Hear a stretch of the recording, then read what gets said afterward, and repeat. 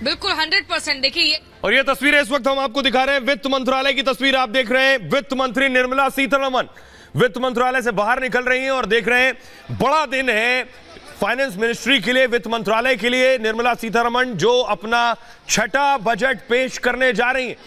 छठा बजट, लगातार 5 पूर्ण बजट और एक अंतरिम बजट निर्मला सीतारमण पेश करने जा रही हैं। उनके हाथ में जो आप पोटली देख रहे हैं उस पर सबकी नजर होती है। लाल रंग का ये जो बैग आपको नजर आ रहा है, पहले ब्रीफकेस था जो अब इस बैग में बदल गया है। और पूरी उनकी टीम आप देख रहे हैं वित्त मंत्रालय की।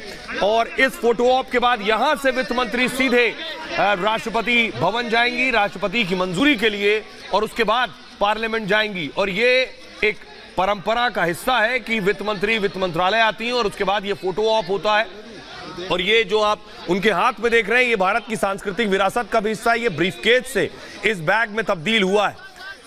हमारे साथ हमारे सहयोगी दीपेश भी मौजूद हैं और विजय चौक से हमारी सहयोगी मौजूद है, उनके पास भी चलेंगे सुजाता, क्योंकि संसद भवन जाएंगी, उसके बाद वित्त मंत्री कैबिनेट की मंजूरी लेंगे। सुजाता, तो ये तस्वीर जो देख रहे हैं निर्मला सीतारमण, उनके ऊपर एक बहुत बड़ी जिम्मेदारी है क्योंकि मोदी सरकार के दूसरे कार्यकाल का ये आखिरी बजट है, ये इंटरिम बजट है।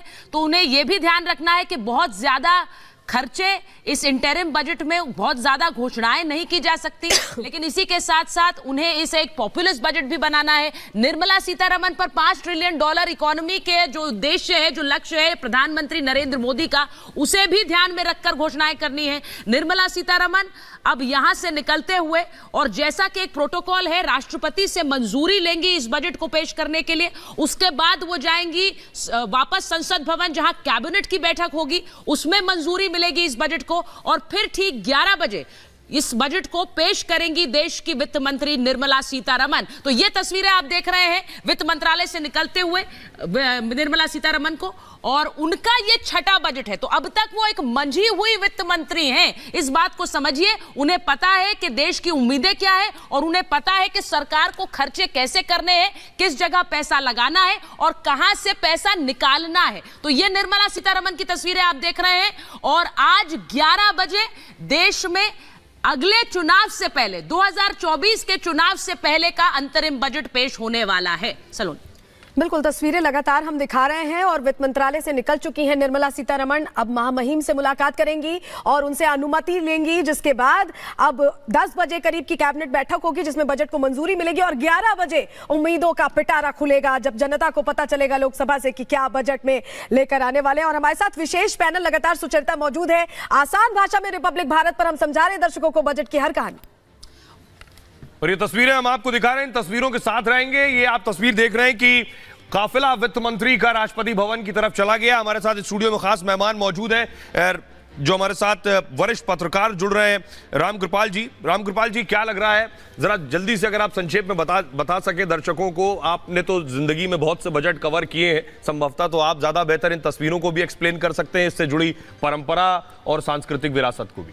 देखिए सुहेल जी, अभी आपने जो बताया था, ये चूंकि पूरी तरह का ये पूरा बजट नहीं है, ये वोट ऑन अकाउंट होता है कि जब तक सरकार नई नहीं आती है तब तक क्या आएगा और कैसे होगा। ये जैसा कि मोदी जी ने कहा है कि ये उनका अगले आने वाले कामों का एक, जैसे कहते हैं, दिशा निर्देशक होगा, कुल मिला के डायरेक्टिव होगा, ताकि वो दिशाओं का पता चल सके। और जैसा कि देखिए अभी बात हो रही है पॉपुलिस्ट बजट होगा या निर्मला सीतारमण जी ने बहुत साफ साफ कहा है, और इसके पहले भी जितने बजट आए हैं उन्होंने कहा है कि हम, जो कहा जाता है तेतो पाँव पसारिए जेती लांबी सौर, तो उन्होंने एक बात तो कही है कि हम फिस्कल डेफिसिट हमारे लिए बहुत इम्पॉर्टेंट चीज़ है। हम कोई ऐसा कुछ नहीं करने जा रहे हैं जिसमें से ऐसा लगे कि रिटर्न कृत्वा घृतम पीवे, वो स्थिति नहीं होगी। लेकिन जो मोदी जी कहते थे कि 4 ही समाज के लोग हैं, गरीब, महिला, युवा और किसान जी, तो मैं समझता हूं कि इस बजट में भी एक कंटिन्यूटी होगी। जो 10 सालों में मोदी जी ने जिस तरह से एक लाभार्थी वर्ग पैदा किया, वो लाभार्थी आप इस तरह के नहीं कहें, जो जरूरतमंद था, वो हमेशा से उनकी प्रायोरिटी में रहा है।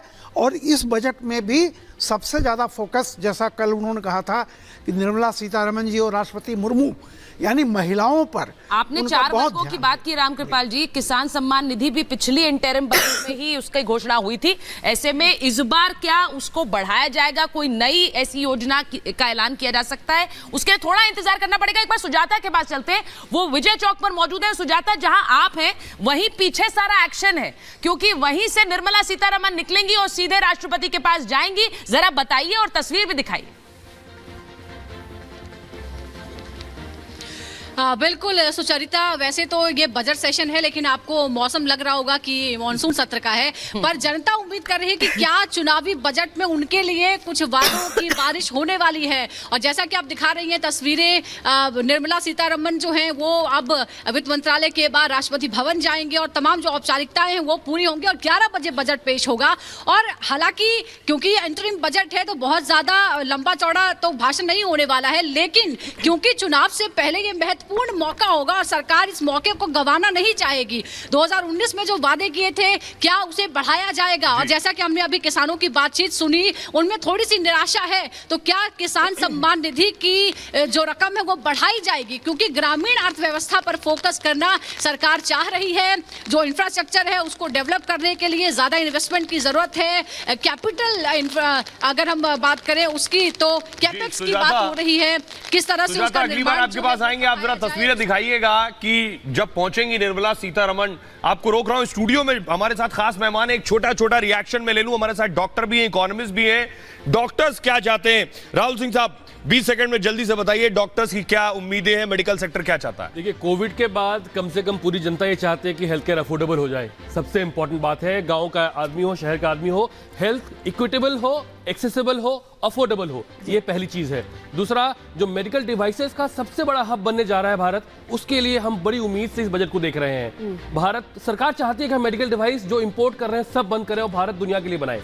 इसके लिए इससे एम्प्लॉयमेंट जनरेशन भी होगा। Exactly, मैं centre for medical innovation GIMS Greater Noida का हेड हूं। हमारे पास जो स्टार्टअप्स आ रहे हैं उनको बूस्टअप करने के लिए, पूरे देश में स्टार्टअप कल्चर को बूस्टअप करने के लिए जो CSR निधि है, CSR में थोड़े चेंजेस कि स्टार्टअप को और बूस्ट मिले, हेल्थ केयर में लोग और खर्च करें, CSR में थोड़ा चेंज मैं उम्मीद कर रहा हूं। आकृति जी, एक छोटा सा सवाल, बेशक लोग अपने ऑफिसेस के लिए निकल रहे होंगे, अगर आप बता सकें कि उनकी जेब पर कुछ राहत मिलने वाली है जो नौकरी पेशा है?